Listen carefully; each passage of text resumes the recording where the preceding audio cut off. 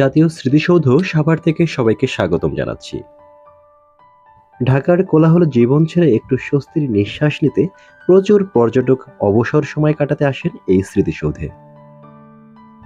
24 acre জায়গার উপর সুনিপুণ নকশায় নির্মিত এই স্মৃতিসৌধের সৌন্দর্য, ইতিহাস ও ভ্রমণ নির্দেশাবলী সহ আদ্যোপান্ত থাকছে আজকের এই ভিডিওতে।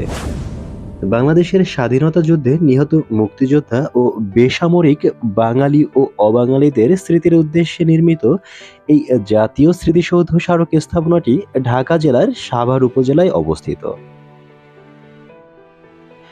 স্মারক স্থাপনাটির নকশা প্রণয়ন করেছেন স্থপতি সৈয়দ মাইনুল হোসেন। বিদেশি রাষ্ট্রনায়কগণ সরকারিভাবে বাংলাদেশে সফরে আগমন করলে এই স্মৃতিসৌধে শ্রদ্ধা নিবেদন করে থাকেন। আপনাদেরকে যদি দেখানোর চেষ্টা করি, আমার আশেপাশে ডাইনে বাই যেদিকে দেখবেন শুধু মানুষ আর মানুষ, মানুষ ছাড়া কিছু দেখতে পাবেন না। বন্ধের দিন হওয়ার কারণে লোকজন একটু বেশি। আশেপাশের এলাকা থেকে বা দূর দূরান্ত থেকে ওই স্মৃতিসৌধে ঘুরতে এসছে। আমার পিছনেই ঠিক রয়েছে এই মুহূর্তে স্মৃতিসৌধ। বাংলাদেশের স্বাধীনতা যুদ্ধে যারা শহীদ হয়েছেন বা যারা আত্মত্যাগ করেছেন তাদের স্মৃতি রক্ষার্থে এই স্মৃতিসৌধ তৈরি করা হয়েছিল।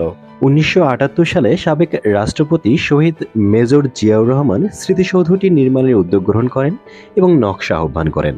1978 সালের জুন মাসে প্রাপ্ত 57টি নকশার মধ্যে সৈয়দ মাইনুল হোসেন প্রণীত নকশাটি সর্বসম্মতক্রমে গ্রহণ করা হয়। 1979 খ্রিস্টাব্দে মূল স্মৃতিসৌধের নির্মাণ কাজ শুরু করা হয় এবং 1982 সালে বিজয় দিবসের পূর্বে সমাপ্ত হয়।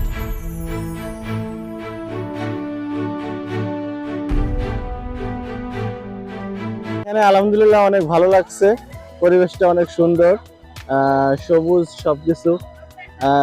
সবকিছু অনেক সুন্দর লাগতেছে। তবে আর একটু টাইম আমাদেরকে যদি বেশি দিত তাহলে হয়তো বা ভালো হতো। তবে পরিবেশটা অনেক সুন্দর, অনেক বেটার লাগতেছে। মানুষ ঘুরতে আসে কারণ হচ্ছে একটা মুক্ত জায়গা এবং পরিবেশটা সুন্দর, গাছপালা রয়েছে বা বসার জায়গা রয়েছে, গল্প করার জায়গা রয়েছে। এ কারণেই মানুষ এখানে ঘুরতে আসে। আপনারা যদি দেখেন আমার পিছনে যে পরিমাণ মানুষের ঢল রয়েছে, আপনারা কল্পনা করতে পারবেন না যেখানে কি পরিমাণ মানুষ রয়েছে আজকে। সকাল 10টা থেকে বিকেল 5টা পর্যন্ত হচ্ছে এখানে প্রবেশ করার জন্য অনুমতি রয়েছে। বিকেল 5টার পরে হচ্ছে এখান থেকে সবাইকে বের করে দেয়। আর এখানে প্রবেশ মূল্য একদমই ফ্রি। দুটা গেট রয়েছে, গেট 1, গেট 2। গেট 1 এই মুহূর্তে বন্ধ রয়েছে, গেট 2 দিয়ে সবাইকে ঢুকতে দিচ্ছে। স্মৃতিসৌধ প্রাঙ্গণের সর্বমোট আয়তন 84 একর। স্মৃতিস্তম্ভ পরিবেষ্টন করে রয়েছে 24 একর এলাকাব্যাপী বৃক্ষরাজি শোভিত একটি সবুজ বলয়।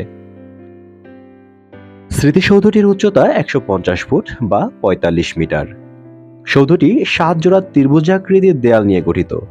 দেয়ালগুলো ছোট থেকে ক্রমশ বড় ক্রমে সাজানো হয়েছে। এই 7 জোড়া দেয়াল বাংলাদেশের স্বাধীনতা আন্দোলনের 7টি ধারাবাহিক পর্যায়ক্রমকে নির্দেশ করে। 1952 এর ভাষা আন্দোলন, 1954 এর যুক্তফ্রন্ট নির্বাচন, 56 এর শাসনতন্ত্র আন্দোলন, 62 এর শিক্ষা আন্দোলন, 66 6 দফা আন্দোলন, 69 এর গণ অভ্যুত্থান, 71 এর মুক্তিযুদ্ধ, এই 7টি ঘটনাকে স্বাধীনতা আন্দোলনের পরিক্রমা হিসাবে বিবেচনা করে সৌধটি নির্মাণ করা হয়েছে। আসতে অবশ্য লেট করে ফেলেছি, কারণ আরো আগে উচিত ছিল আসা। কারণ 10টা থেকে 5টা, তো এর মধ্যে একা আসছেন না সাথে কেউ আসছে? না, একাই আসছি আমি অবশ্য। কেমন লাগছে? জি, অনেক ভালো লাগতেছে। 2-2.5 ঘন্টার মতো আছি আর কি। আমরা আসতে আসতে অনেকটা লেট করছি তো আজকে।